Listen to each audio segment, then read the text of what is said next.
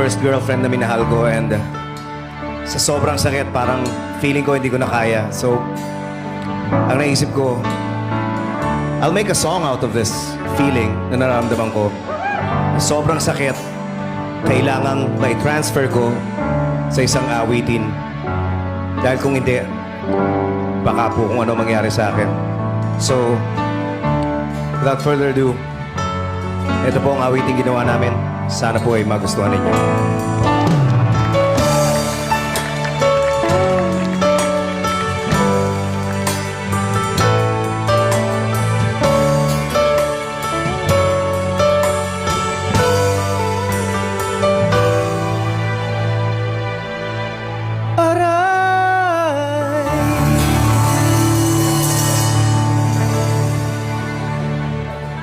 Thank you.